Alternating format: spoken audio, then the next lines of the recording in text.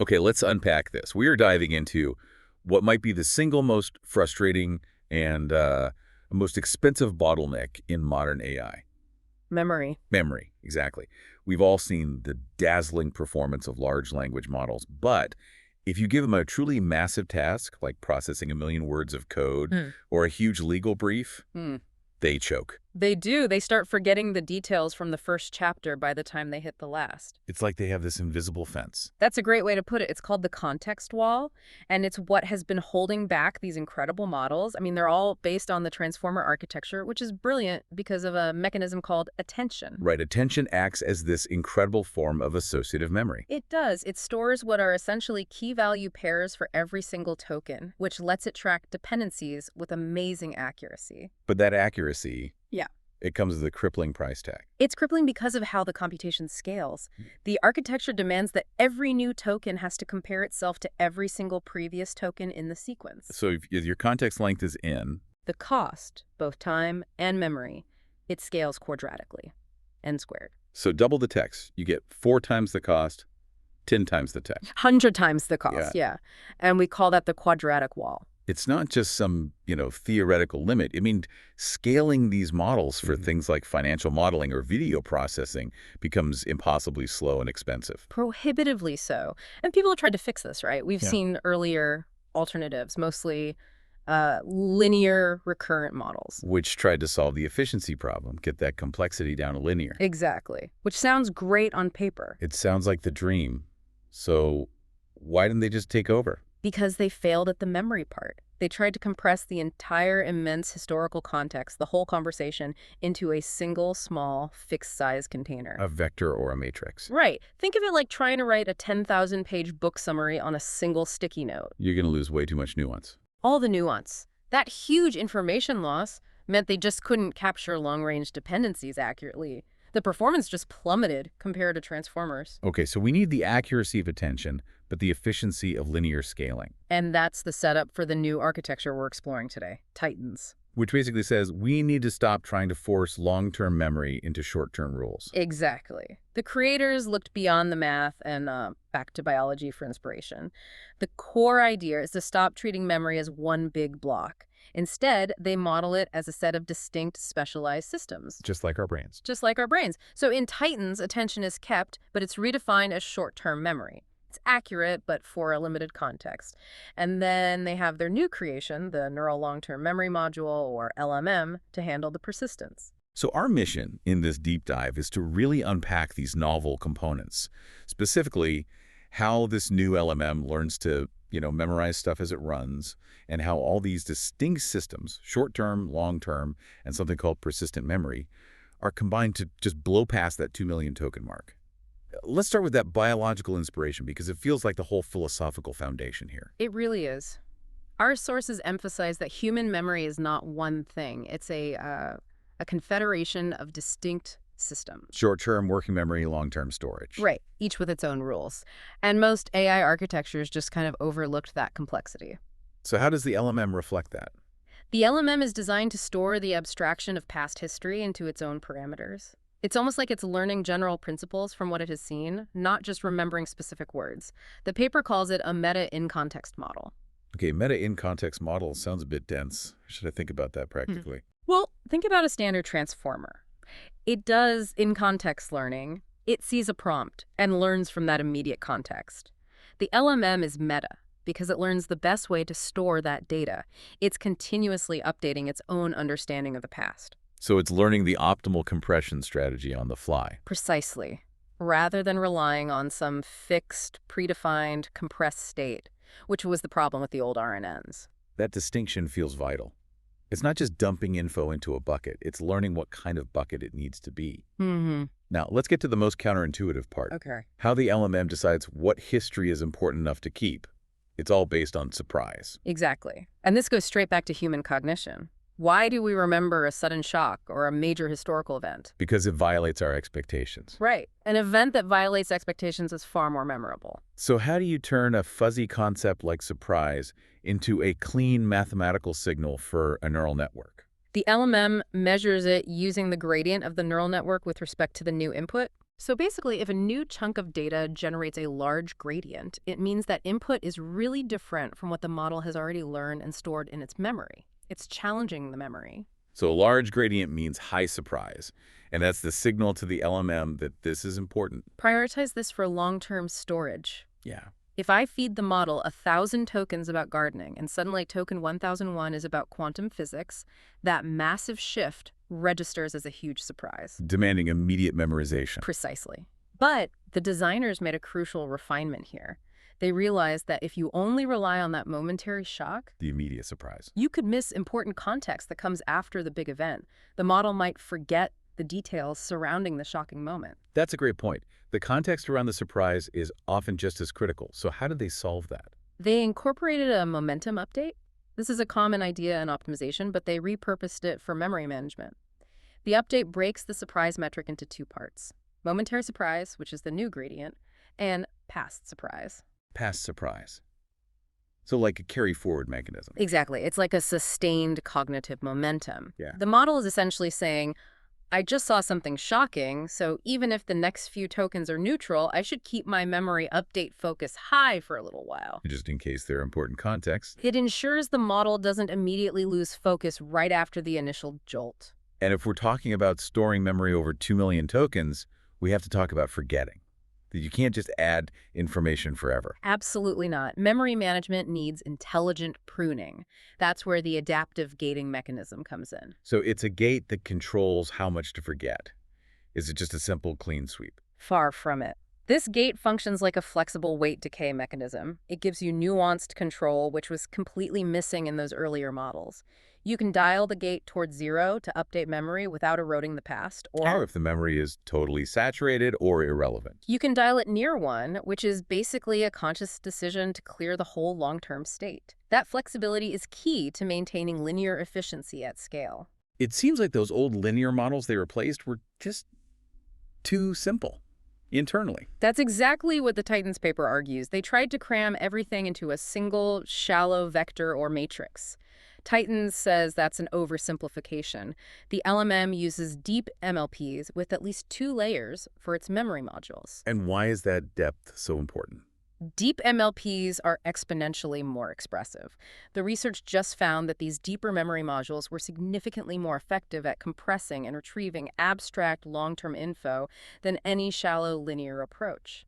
Complex memory requires a complex architecture. So we have these highly effective memory modules, Yeah. the fast, accurate short-term attention, and this deep, adaptive long-term LMM. Now, how do they put them all together? The full Titans architecture is a family of models with 3 specialized interconnected branches, or what they call hyperheads. Okay, we know the core, that's the short-term memory, the attention with a limited window. Right. And we know the long-term memory, LMM, which is storing the history and learning based on surprise. And then there's the third pillar, the persistent memory. This one is fascinating. It's a set of learnable but data-independent parameters. It's the model's internal knowledge base about the task itself, the meta-knowledge. So it's not changing based on the input text. Exactly. It's fixed at test time. Think of it as the model's fundamental understanding of grammar or physics or just the general structure of the task, independent of the new stuff you just fed it. It helps ground the model. But I'm having trouble squaring this. If the LMM is doing online gradient updates with momentum and all that, Yeah. it sounds inherently sequential. It does. It sounds like it should be an efficiency nightmare, even slower than a standard transformer. Right. So how do they stop it from becoming a bottleneck? That was the crucial engineering challenge. They solved it through a massive reformulation. Even though the process sounds recursive, the researchers re-engineered the whole calculation to leverage the parallel power of matrix multiplications, matmuls, and a concept called parallel associative scan. Which means...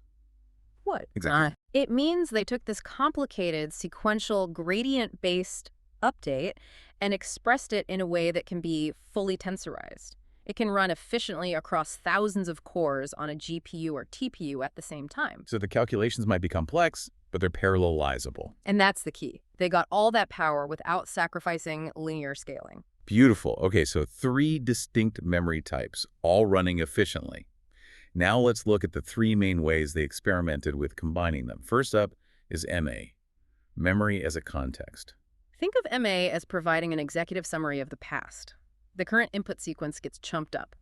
The model uses the current chunk as a query to pull the most relevant history from the LMM. And that retrieved history, that summary, is then prepended to the current input chunk. Exactly. So the short-term attention, the core, doesn't see the full 2 million tokens of history. It sees the current context plus the LMM's executive summary of what's relevant from the past. That's powerful. The attention can decide if the summary is useful, and the LMM gets rewarded for storing only the good stuff. Right. Then you have the second variant, MAG, memory as a gate. If ANG is the executive summary, MAG is. Split screen processing. You have two branches running in parallel. One branch uses sliding window attention, your precise short-term memory. The other uses the LMM, the fading, abstract, long-term memory. And their outputs are combined. Combined using a nonlinear gating mechanism. So they work side by side, and the gate decides which one is more important at any given moment. It gets the precision of the short-term window and the vast depth of the long-term knowledge simultaneously. And the final variant, MAL, memory as a layer. This is a more traditional sequential hybrid design. The LMM processes the data first, then its output is fed into the short-term attention module. The sources noted that, while it was effective, the sequential approach limited the complementary power compared to the other two. All right, time for the payoff, the complexity, the inspiration. It all comes down to performance. And the headline result is that Titans can effectively scale to context windows larger than 2 million tokens. With high accuracy. That's not a marginal improvement. That's blowing past previous hard limits. It's a massive leap. But the real proof isn't just scaling the length, it's proving the model actually uses that length effectively.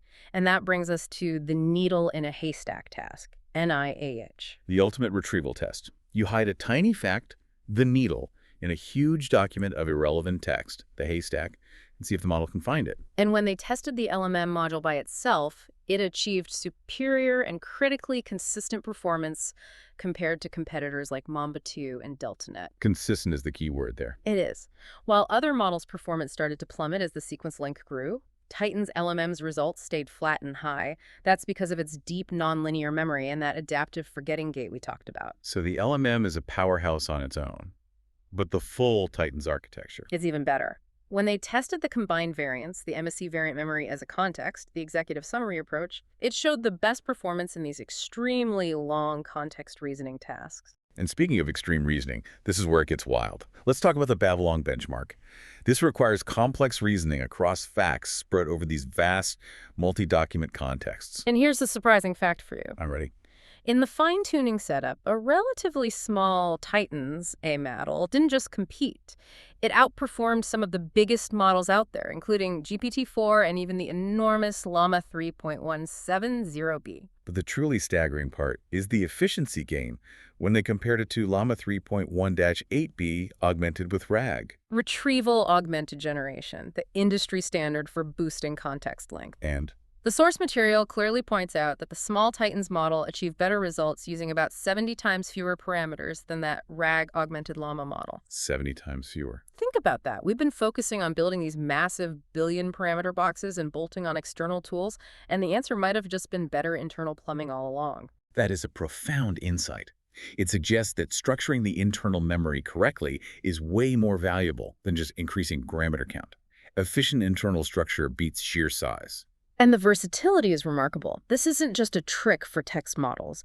The LMM module alone outperformed established baselines in time series forecasting, predicting things like traffic or weather, and it was highly competitive in genomics classification modeling DNA sequences. Wow, so the core memory module generalizes across totally different domains. It does. And finally, that linear efficiency promise.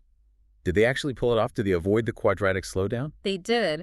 The figures clearly show that the training throughput tokens per second for the LMM and Titan variants remains roughly constant or linear as sequence length increases. Meanwhile, traditional transformers just hit that catastrophic quadratic slowdown. So yes, they achieve superior expressiveness and ultra-long context handling without sacrificing linear scaling. So what does this all mean? Let's try to summarize the 3 core breakthroughs from this deep dive. Okay, first, Titans definitively solves that quadratic complexity problem by replacing the single monolithic transformer approach with specialized, distinct memory modules inspired by the brain. Second, the core technical innovation is that deep neural long-term memory, the LMM, which learns and forgets based on a novel surprise metric that tracks the momentum of past events. It's continuously abstracting and memorizing history while it's running. And third, the strategic combination of this LMM with short-term attention, especially in that MS architecture, yields industry-leading performance. It demonstrably outperforms massive models like GPT-4 while being orders of magnitude smaller. Yeah, that's the big picture. The success of Titans, which models memory as a confederation of systems, short-term, long-term, and persistent knowledge, it really suggests a profound shift in AI design is underway. We're moving beyond building these single-function models toward designing complex, structured AI architectures that look more and more like interconnected cognitive systems. And this raises an important question for you, the listener. If modeling diverse memory systems unlocks this level of performance, what other biological cognitive structures, like executive function or spatial mapping, or even recursive planning, are currently limiting AI's scale and capability? What's the next missing piece of the cognitive puzzle that AI designers should look to the brain to solve? A fascinating path forward for the future of AI structure. Thanks for joining us for this deep dive.